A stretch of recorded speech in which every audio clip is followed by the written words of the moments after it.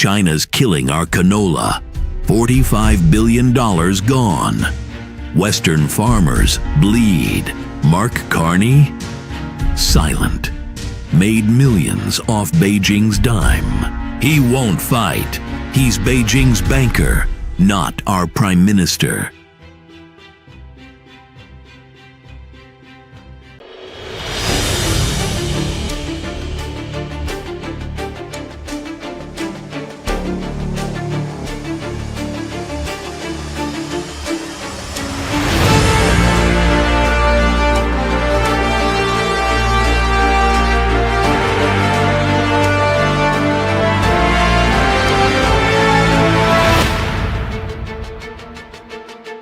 Good day, I'm Derek Fildebrandt, publisher of the Western Standard. Today is April 16th, 2025, and you're watching The Pipeline.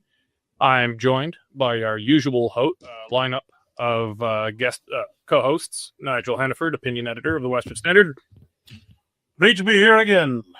And Cory Morgan, senior Alberta columnist. Always a pleasure. Also joining us, special co-host today is Erika Barootes. She is a columnist for the Western Standard and I forget the exact title, but one of the bosses over at Macamee College. What's the official title, Erika? Yeah, so I oversee our external relations, and then I'm the department head for applied politics and public affairs. There you go. Whatever that means, I assure you, she's very smart. I can tell you all about it anytime. All right. Well, we've got today's got a pretty common theme in the show. It's conservative disunity, both inside and outside of the mainstream conservative parties. Or do we talk about what is Doug Ford, Ontario Premier Doug Ford, up to? Is he angling to take Pierre Poilievre's job? Is he helping to, if he loses the election, is he actually hoping he might lose the election? Will Maxime Bernier's People's Party play spoiler and some ridings with the Conservatives where they're in tight races with the Liberals? What's the PPC trying to achieve in this election? And in BC, so what are some of my favorite Conservative infighting is in the BC Conservative Party, where maybe they might be teaming up with the NDP to quash a private member's bill from some rebel, now former Conservative MLA who was kicked out by their leader, John Rustad. We'll be talking about some of the infighting going on in that party. All right. Oh, and before we get started, though, this episode of The Pipeline is sponsored by New World Precious Metals, based right here in Alberta. Years of inflationary money printing and rising debt have decimated the average Canadian savings. Gold and silver are the only currencies that have held their value for thousands of years. Last year saw 30% gains. New World Precious Metals offers unique platforms to help protect and grow your hard-earned wealth with silver and gold. Check them out at newworldpm.com. All right. We're going to start off with what is Doug Ford up to? He's certainly been a figure in the campaign here. Is he angling to take Pierre Poilievre's job? Erika, why don't you set the table for us? Yeah, so I think before a lot of your listeners are shocked to question if Doug Ford is a Conservative or not, let's kind of look from where this is coming. And earlier this week, after Cory Tanaik has had several media appearances and an appearance at the Canada Strong and Free conference where he has been criticizing Jenny Byrne and the Conservative Party of Canada's war room or head of office for their campaign strategies. Now, Cory Tanaik has ran all of Doug Ford's elections. So, then the now premier and former candidate under Cory Tanaik, Doug Ford, was asked about these allegations. I think media was trying to get between Cory Tanaik, a longtime progressive conservative campaign strategist, and Jenny Burns, a longtime conservative strategist who is the campaign manager and a senior advisor to Pierre Poilievre, asking Doug Ford in a press conference earlier this week how he felt about his former campaign manager's comments. He said the truth hurts. So it looks like, Premier Doug Ford is siding with Cory Tanaik's messaging. I think that there's people that may agree with Cory's sentiment that he has. I think many of us disagree with how he did it because crap on the strategy after the election. It doesn't help our Conservative Party. Now, the question you asked, Derek, now that I've kind of laid out the groundwork, is Doug Ford trying to take Poilievre's job? And that would potentially happen if Poilievre is not successful on April 28th. I, as a strong Alberta Conservative, call the PCs under Doug Ford pretend Conservatives. And therefore, I think it would be very, very hard after Doug Ford has been very close with the Prime Minister and really aligned with a lot of the things that the Liberals have been campaigning on. Very difficult should there be an opportunity for leadership and should he put his name forward. I think there's a lot of Western Canadians that would question the Conservative in his blood. So, look, it's not inappropriate to criticize a campaign. I mean, it's odd for senior people to break ranks publicly, at least during a campaign. I think in Canada we place far too much emphasis on the need for unanimity in caucuses and in parties where everyone has to think the exact same thing. If you don't think things are going well, I think you're free to speak your mind. But in the case of Cory tonight here, it's hard not to see him as a proxy for Doug Ford. Doug Ford has not even said he's supporting the Conservatives. He's just voting for his local Conservative candidate. I guess, Nigel, do you think it's fair to see Cory tonight as a proxy here for Ford? And do you think this is Ford trying to lay the groundwork, maybe to sabotage the campaign, if you're being uncharitable, if you're being more charitable, to lay the groundwork for succeeding Poilievre if he were to lose? Well, certainly he's got that as an option now, which he didn't really have before. But, don't overlook the personalities involved here. There's been a long striving between Cory tonight and Jenny Byrne. They have very different approaches to campaigning. Jenny has the top job at the moment. Cory has obviously had a very successful run with Doug Ford.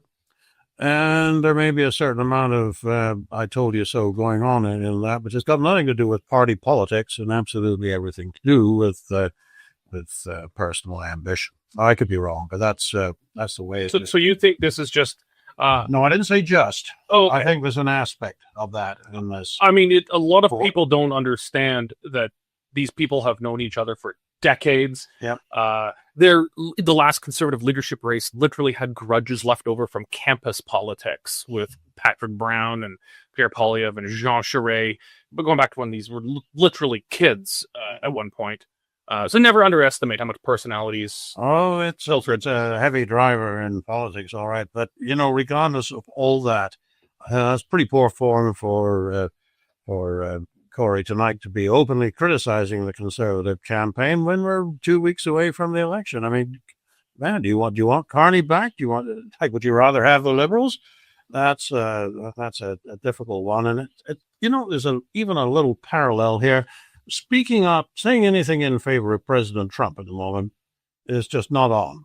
Regardless of whether you agree with him or not, got to be Canadian first. Anybody who breaks that rule loses by default, and yet somehow Cory tonight, and I think couldn't have been without the approval of Doug Ford, thought that it'd be just fine to criticize the Conservative campaign and the way that it was being run at a very tense time during the campaign. And I just say that bad form, not good conservatism, not good policy. Cory, I know you're born and bred Alberta boy, so you don't necessarily know all these personalities as deeply as, say, someone working in the Ottawa-Toronto bubble. But it's hard to see how, if it was just the first thing at the Imperial Club or whatever it was called in Toronto, if it was just one thing, perhaps it was just Cory, but it's been repeated and continuing and sustained. It's very difficult to see how this would not be done without the blessings of Doug Ford. We'll get into suitability of Doug Ford as a leader who could deserve the support of Western Conservatives, but does it look to you like this is Doug Ford trying to, at a minimum, lay the groundwork for succeeding Poilievre if he were to lose, and in its least charitable interpretation, perhaps hoping that there's an opportunity to succeed him? I don't know if he's looking that far ahead, but there's some bad blood and animosity going on. I mean, Cory tonight is very well experienced, and he knows more than anybody. Okay, you don't want to toss a turd into the punch bowl in the last 2 weeks of a campaign that's this close. And that was the thing we question now is the motivation for it. Why is he throwing sand in the gears of a campaign at such a critical time? He knows exactly how troubling that has made things. So, and whatever he is doing at this point, it's hard to see it's not without the blessing. Oh, there's no doubt. I mean, he's connected to Ford, and that's going to reflect on Ford no matter how you look at it. So Ford would have reined him in or spoken to it if he didn't want that narrative to be going out there. So is there a long game he's looking at? Possibly. I mean, you got to remember the Ford brothers too, as frustrating as Doug has been, they're hard to count out. I mean, such an unlikely pair made their way up through Toronto politics and up to the premier's chair. And he's got ambition. You know, Doug could be looking at that top throne. I think there's a lot of reasons why we'd think it'd be pretty unlikely that would happen. But, 10 years ago, would anybody have ever seen him in the premier's seat in Ontario either? Ford Nation. Yeah. So they could be chumming the water, trying to see if they can create the environment where he can make a move. He's just got himself another majority provincially. Maybe 2 years from now, he'll be making the leap. I don't know if their game's looking that long, but it really was a bizarre move on Cory's part and the timing. There's got to be something more behind it than just giving a middle finger to a couple other operatives on the other side that he doesn't like. Erika, I want to come back, pick up on where you were going. Doug Ford, if you can, is not a conservative. He is a populist. I think in the bad the word populist has different connotations to different people in parts of Europe. It literally means fascist. To Preston Many in the Reform Party school, it means anti-establishment. And then there's another interpretation where it's just populists are just someone who wants to be popular, runs by the polls. In Doug Ford's case, I think it very much applies there. He'll do conservative things if conservative things are popular, but he'll do things that are extremely unconservative if he thinks that's popular. Not just water in his wine, it's just the goal itself is power in its own right. He's now won 3 majority governments. He doesn't seem to have any great ambition on the policy front of what to do with it other than to have it. He's got to want to do something else. But, right now, tensions in the West are they're getting close to a boil again. I'm not sure they're at the boil yet. What happens on election day could impact that significantly. But I think one of the anchors that has kept Alberta and Saskatchewan in the Federation is the hope, the Charlie Brown football that the Conservatives will win and fix everything. I've never believed the Conservatives are going to... we still had terrible equalization under Stephen Harper, and he was a very he was a Calgarian. You just can't do these great things for the West. You can't reform the Senate. I should mention to Senator-elect. I'm hoping for that one. I like the Triple E. Yeah. But that the Conservative that we essentially gave that up when the Canadian Reform Alliance merged with the PCs. Mm-hmm. We gave that up at the partisan level in exchange for a national conservative coalition that could win. But the hope that you could at least have a friendly government in Ottawa, however elusive, is I think what's keeping Alberta and Saskatchewan in Canada. If even the Conservative Party if they were to be led by someone like Doug Ford, then in your view, what impact would that have on support for independence to have a guy who doesn't really have a conservative bone in his body, who is through and through Toronto? He's not a hoity-toity Toronto flat-bag stereotype. Yeah.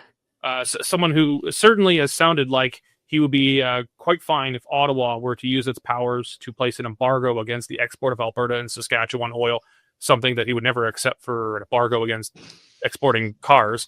What impact, if someone like Ford were to lead the Federal Conservative Party, what impact do you think that would have on the independence or sovereignty movement here in Alberta and Saskatchewan?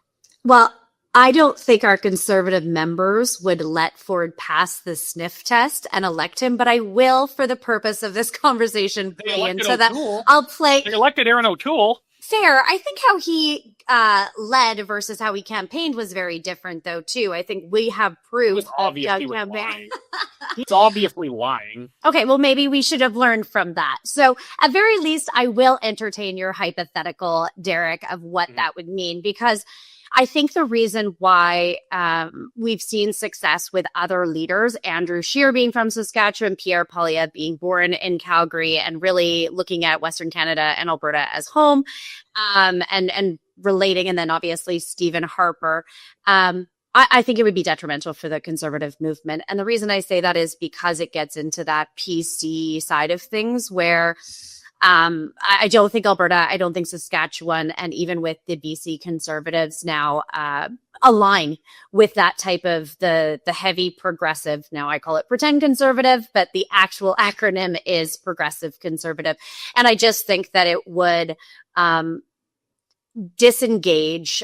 We might see a spear off of a different conservative party. I think that people that are part of the movement would not see a home for them necessarily. I think we would go back. We would probably see a fraction like we did in the 2000s with Wildrose and the PC party, where you didn't feel you had a place within the movement anymore. So should Doug Ford somehow not make it through vetting, somehow win from the votes of our membership, which it could happen.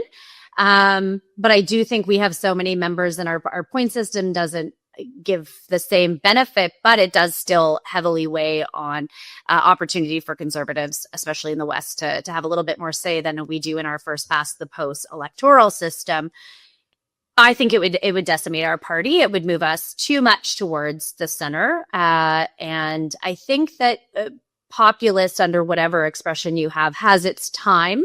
I don't think that is what our conservative movement or leadership would need coming out of these tariff negotiations, coming out of a very difficult election, should we not form government. I would bet more money that Doug Ford might run for the leadership of the Liberal Party when Mark Carney loses. So that's where I think reality sits. Yeah, I'm not taking it as a given the Liberals are going to win here. It's still very tight. The French debate is tonight. The English debate is tomorrow. But the Liberals have an edge in the polls, and their vote is more efficient. If the two parties receive the same number of votes, the Liberals will win. And since the NDP have collapsed, it's possible the Conservatives could win the most votes and the Liberals win a actual majority, because the math is so wacky right now with the NDP virtually headed for a virtual wipeout. Cory, so based on the hypothetical, but not wildly hypothetical scenario where the Conservatives do not win here, Mark Carney remains Prime Minister. I'm not as confident as Erika that federal Conservative members couldn't be hoodwinked again the way they were, arguably maybe a few times, but certainly with Aaron O'Toole. Aaron O'Toole had a proven track record as a very squishy pretend Conservative. But for, once he found out Poilievre was not running against him in that leadership race, and his main opposition would be Peter MacKay, he says, I'm the true blue Conservative. And Conservatives bought it. They bloody swallowed it. And then Conservatives were all of a sudden surprised when, once he had the leadership and didn't think he needed Conservative voters anymore, he campaigned as a Liberal with, for carbon taxes, for vaccine passports, really not running that far off from Justin Trudeau. So I'm not that convinced that Doug Ford, who likes nothing more than to win elections, looking at this would say, well, he'll say all the right things to win the votes of Westerners in a leadership race, but then pulls an Aaron O'Toole. How do you think it would pan out? What would be the impact of both the Conservative Party nationally and the Canadian Federation nationally if you had Doug Ford as a Conservative leader federally? Well, if he won, and I'm kind of with Erika, I think it'd be a bit of a long shot, but it's hard to say. I mean, if the Liberals come in, the big push we know from a lot of people will be, we have to go to the center. We have to go to the center. That's the usual line. We have to out-liberal the Liberals, which never works, but it tempts people. But O'Toole could cloak himself because still most people didn't really know who the heck he was. Ford will say anything and everything to get in, but he's got a pretty solid track record of being very cozy with Justin Trudeau and others, that whoever's going to be running against him is going to be very clearly putting that up there during the leadership campaign. So I think he would have a tough time winning, especially with, as Erika was saying too, it's a weighted type of race, but it's a first past the vote, and I couldn't see Doug winning much of any of those constituencies on this side of Ontario, plus frustrated people in Northern Ontario. But if he won it, if he was the new Conservative leader, the frustration, I think, among Western Conservatives would be pretty darn high, because now they've got no representation in Ottawa because they got a Liberal government in there, and they don't feel they've got representation in the Conservative Party either. So crazed, independence-minded people like me would certainly be fanning some flames, and we'll see what happens locally. Okay. All right, I'm going to give you some extra time on the next questions, Nigel, because we got to move to the next one. All right, so today is all about Conservatives versus Conservatives. Maxime Bernier's PPC could it play spoiler to the Conservatives in this election? I haven't watched the whole thing yet, but I just saw Maxime Bernier managed to score an interview on Tucker Carlson. I mean, it's an American program, but a lot of people on the right in Canada watch that too. That's no small thing.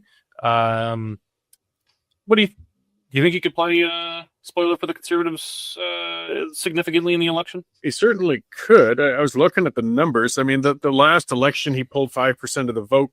In 21 of the ridings where Liberals, there was 21 ridings where Liberals won, and the amount of vote taken by the PPC would have been the amount that could have put the Conservative over the edge. Now, That's there's assuming a lot of presumption, yes, because a lot of the people who are voting PPC, these were people sour on the Conservatives for one reason or another.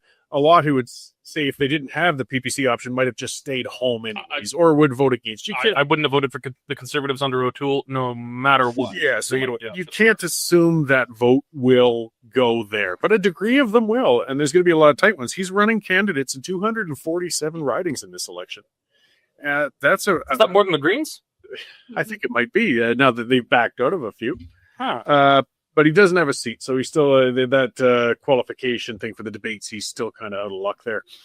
But you can't underestimate, especially when you got that Tucker Carlson interview, that it influences a lot of people.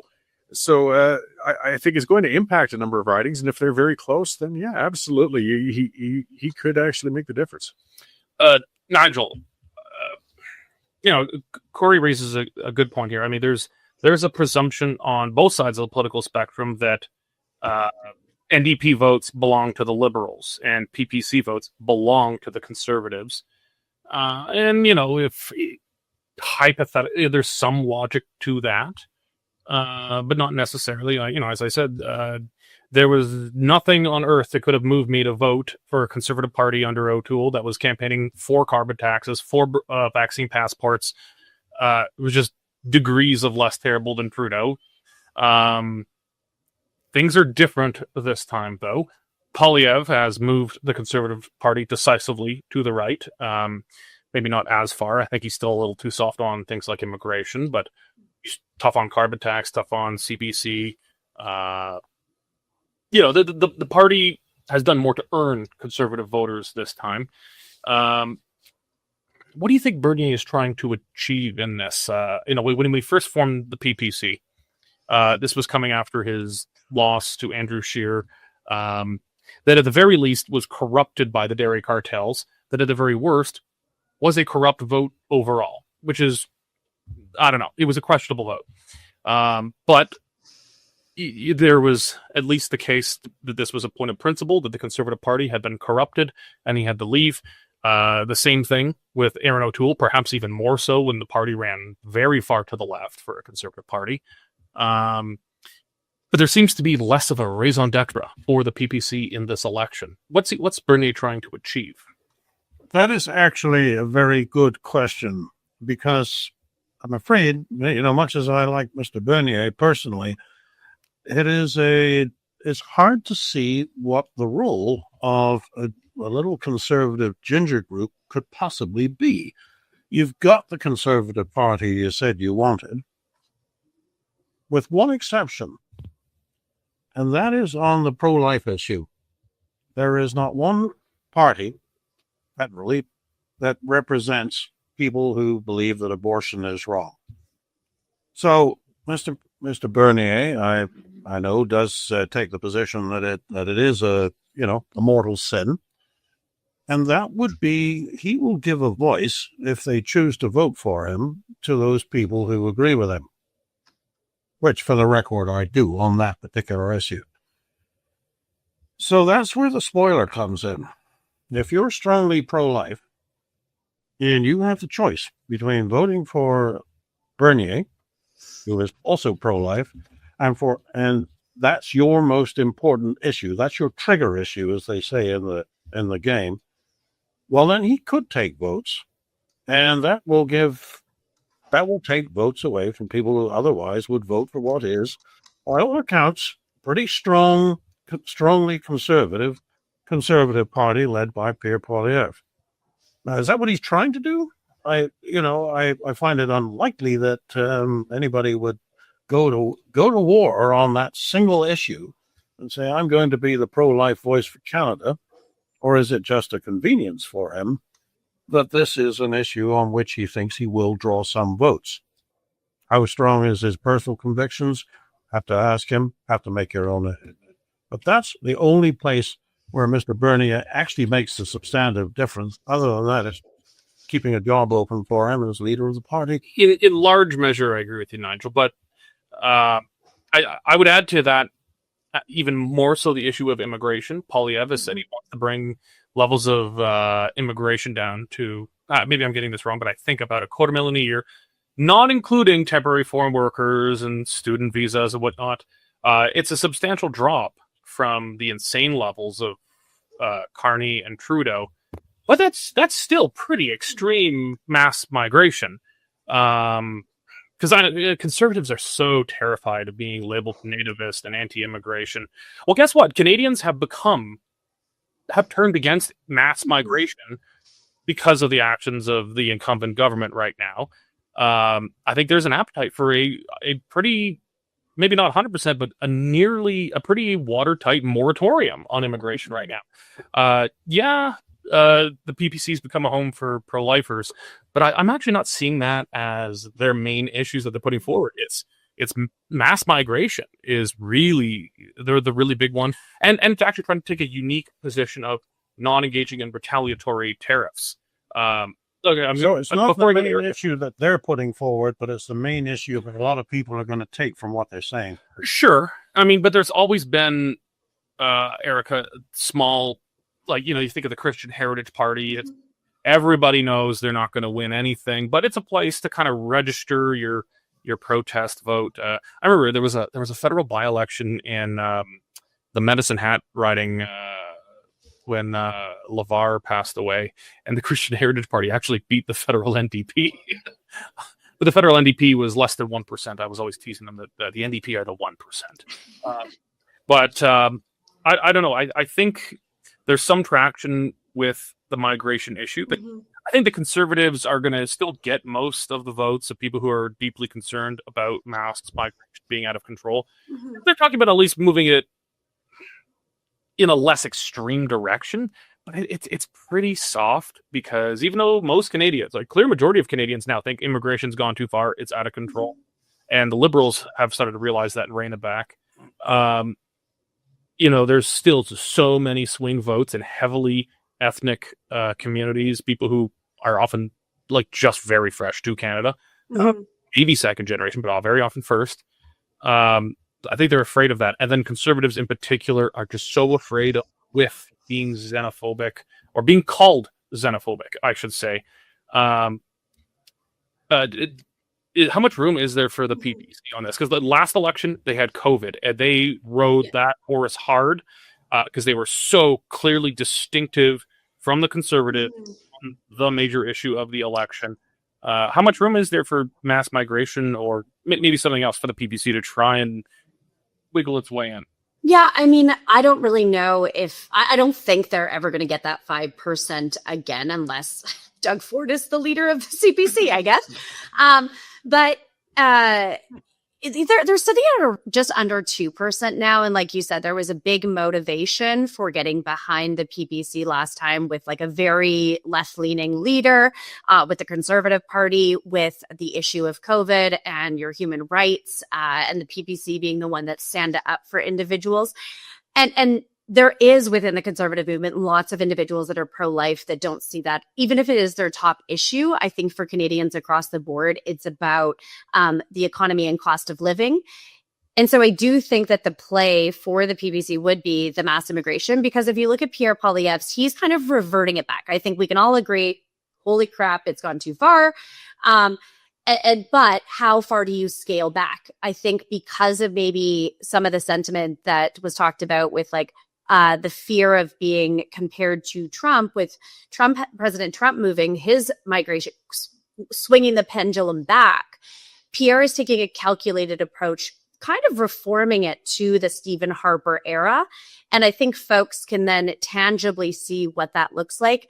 So the PPC, if they want, they have to go even more mass, because that does impact people's cost of living, quality of life, all of those things. And I think that that's where people are looking, maybe not on their issues based, such as pro-life, even though the PPC has made that part of their foundation. So I do think the immigration piece, if they want to come out, if Bernier is going to come out more aggressive on that, that's probably his room to play, because, you know, of course he doesn't support how the Liberal Party is navigating tariffs. Like, that's no surprise. I still don't think that we're going to see that 5%. I looked at the candidates from a Western Canadian perspective.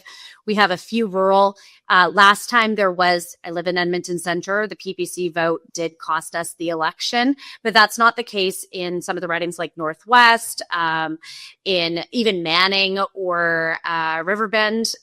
Those numbers weren't that close in the last election. So even from a Saskatchewan perspective, same thing. So if we're looking from the West, given its Western standard, I don't think that those 5% are going to play it. Now, I don't know enough about some of those ridings in Ontario and Quebec to see if that could impact. But when we're looking at what that means for Alberta and Western Canada, I don't see the 5% getting that high. And I don't see it impacting a close election. I think where we're actually hoping is that we see a decent vote split continue to be on the left versus a vote split on the right that we're trying to manage.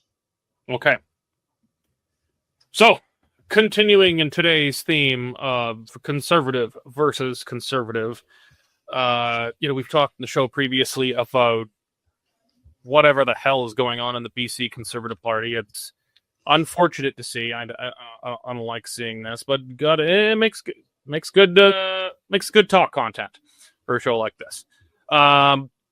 Nigel, there's one of the Conservative MLA kicked out by BC Conservative leader Joan Rustad has put forward a private members bill, also backed by two others who quit along with her. So the three independent Conservatives, for lack of a better term, in the BC legislature. Why don't you set the table on what's the latest in the BC Conservative Party drama? Well, it's interesting you should call them they're probably the only Conservatives at the moment in the BC caucus. It's tragic what's happened there. We all, our hearts leapt last fall when Conservatives came from not being a party at all to being a party, and then suddenly gaining ground, getting the traction, and starting to put boots to the NDP. And bless my soul, came within about 2 seats of doing that in the election. Great success, Conservative and revived in BC. And I thought to myself, well, you know what's going to happen now? They're going to start fighting with each other, and there's going to be, and sure enough, they did not waste much time getting. They did not waste any time getting down to it. So the issue here, in this particular case, is that John Rustad, who we sort of liked first because of all the reasons we just given, has become another Conservative politician trying to avoid stepping on landmines and avoiding controversial positions. But actually, sometimes it might be better to put your fists up for the elbows, to use the argot of the day, and fight it. So what's going on is that last month, Dallas Brody, this is the MLA, she was expelled from the Conservative caucus. And the reason was that she was challenging the narrative about the buried bodies at the Kamloops Indian Residential School.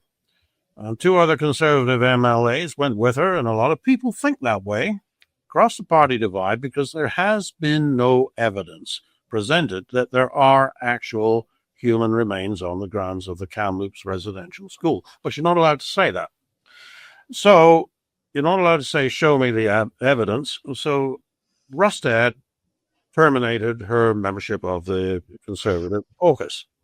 Now, moving ahead, as Tom Flanagan wrote in the Western Standard just this last Sunday, many elected politicians, and this is what sets Dallas Prody apart, many elected politicians unfairly expelled from their party would just hide out in their offices until their term was up, take the salary, pension if there is one. But that's not what she did. She came up with some very conservative legislation. She called it the Tax Relief and Tariff Defense Act, and it was a much-needed counterpoint to Premier Eby's Bill 7, which would leave BC's high taxes untouched while neutering the legislature and centralizing all power in the cabinet. We talked about this a week or two ago. It was a total takeover from the center. Well, anyway, she brings forward this very conservative piece of private legislation, and instead of sort of saying, well, we can work with this, we don't like this, we don't like that, but let's sort of get behind this, Rustad just cut her off at the ankles, and the thing has already gone into the trash can. So you have the BC Conservatives making column calls with the BC NDP and the BC Green, which is worth mentioning because they actually do have a balance of power vote in the BC legislature. And all this good conservative stuff went nowhere. Now, the takeaway here is that when it comes right down to it, BC's Conservatives are like so many other Conservatives across the country who would rather fight with each other than go hard on the issues that matter to other Conservatives. We forever let the other side decide what we're allowed to oppose instead of defining our own battlefield, and those who are bold find out, as Dallas Brody did, that they're out there on their own. So, I'm having PTSD flashbacks. I was just going to ask. I'm like, Derek, how did you feel? Okay, I'll go to you, Erika. I remember, I put forward a private members' motion in the legislature to cut MLA pay, I think 5 or 10%, I can't recall. And you eventually got your way. Yeah. At that time, and Jason Kenney had actually worked with Rachel Notley behind the scenes to ensure it was never debated. It was introduced, and then no one stood up to even debate it. And then the UCP under Kenney and the NDP under Notley, unanimously minus my vote, all voted against it. And I think in the case of the UCP, and it's funny, then Jason Kenney turned around and did just that once he was premier. The election promise, yeah. Yeah. So the goal wasn't necessarily opposition to the substance of it. Is we don't want to let someone else be seen to be doing this, or attention for the rebel conservatives in the corner. To me, that's what it looks like. I'm not sure John Rustad and the Conservatives oppose this on principle. It would appear to me to be they want to starve them of oxygen. That appears to have had the opposite effect, at least with this show. But I don't know. Does it look to you like that's what it is? They're just trying to starve the rebel Conservatives of any oxygen on their own? You know what? If I was on any other show, I would have used you as an example of basically, but I let you telling the story from your lived experience is far better for the viewers. I think it wasn't our idea, so we're going to squash it. I would not be surprised if the BC Conservatives,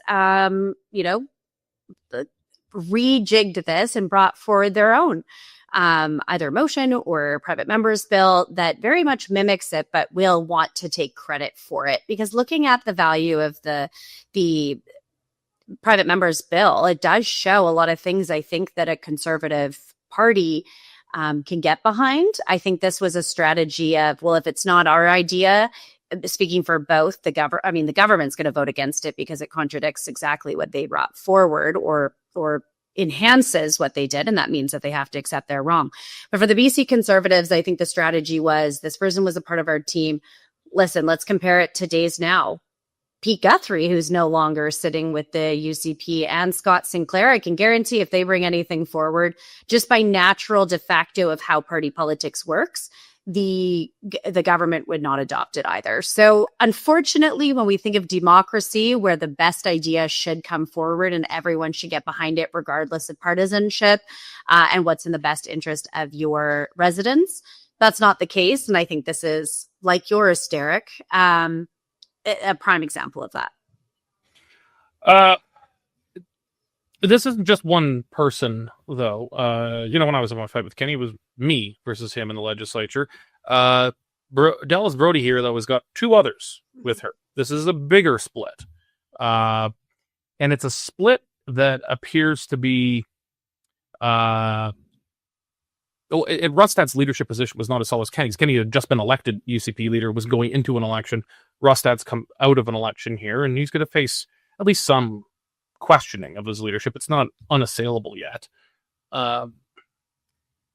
Is this going to drive the divides wider? What impact do you think it could have on Judd Rustad's leadership? Well, it'll be tough. I mean, he's got to sort this out. If there's going to be any time for it to happen, then they might as well do it now. They've got close to 4 years before they have to go to the polls again. So iron it out. Either Rustad has to figure out his leadership and pull this party back together, or the caucus has to determine whether they can maintain him as the leader.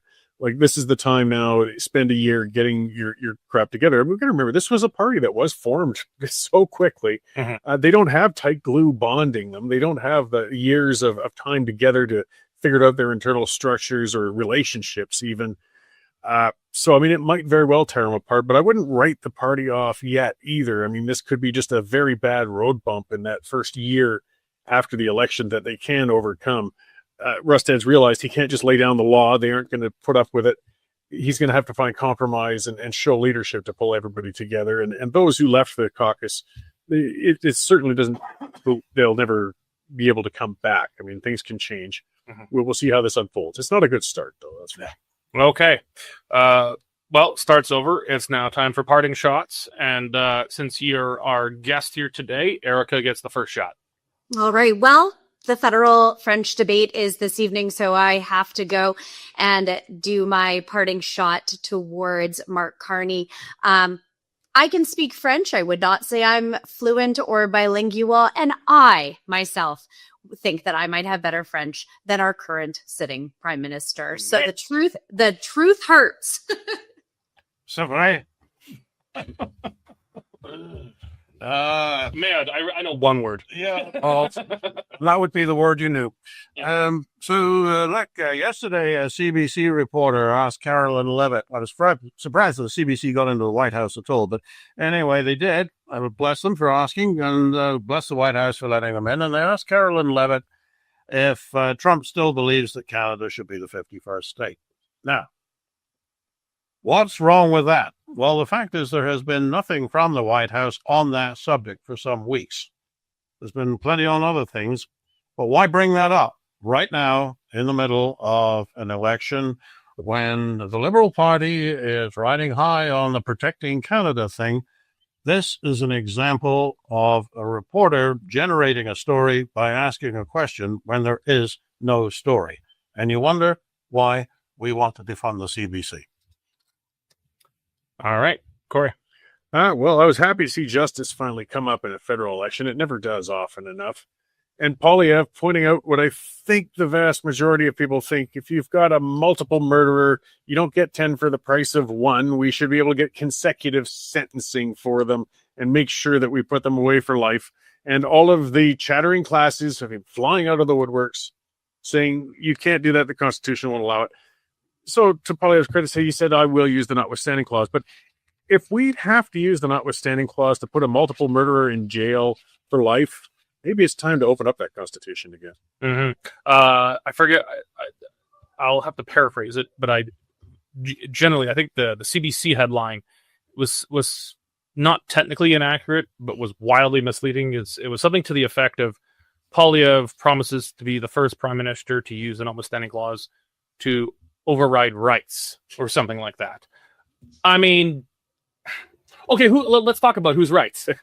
I mean, someone who is convicted, not someone who's not me. I mean, if this was about lessening the burden of proof on the Crown or something, okay, I'd be with you. That's bad. But did say Poilievre promises you notwithstanding clause to keep murderers in prison. He promises to use notwithstanding clause to override rights or something like that. I'm paraphrasing, but that was the gist of the headline. It was so classic CBC. All right. Speaking of rights and court decisions, my parting shot. Something good from England for once in a long time.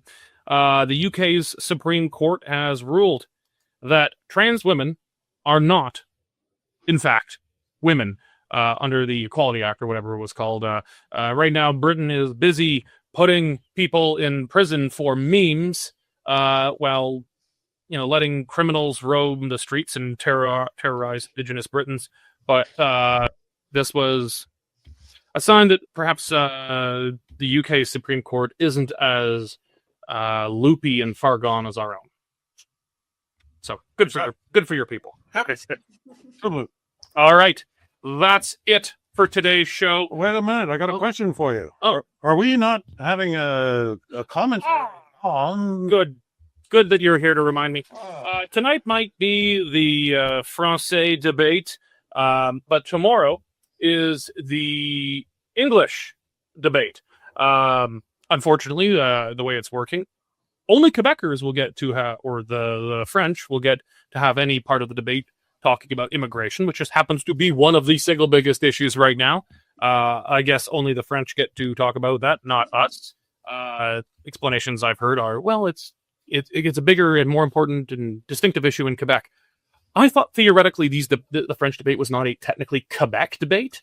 It was a French debate because we have this I have French in my cereal box in Alberta, so I think I get to have a say over it too. Anyway, that's a long way of me ranting to say you need to all tune in and watch our coverage of the English leaders debate tomorrow. We are starting at 4:30.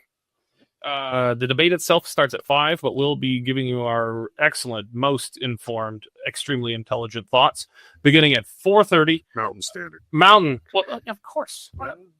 Like, people watch this across. Have I ever said anything on English Eastern time?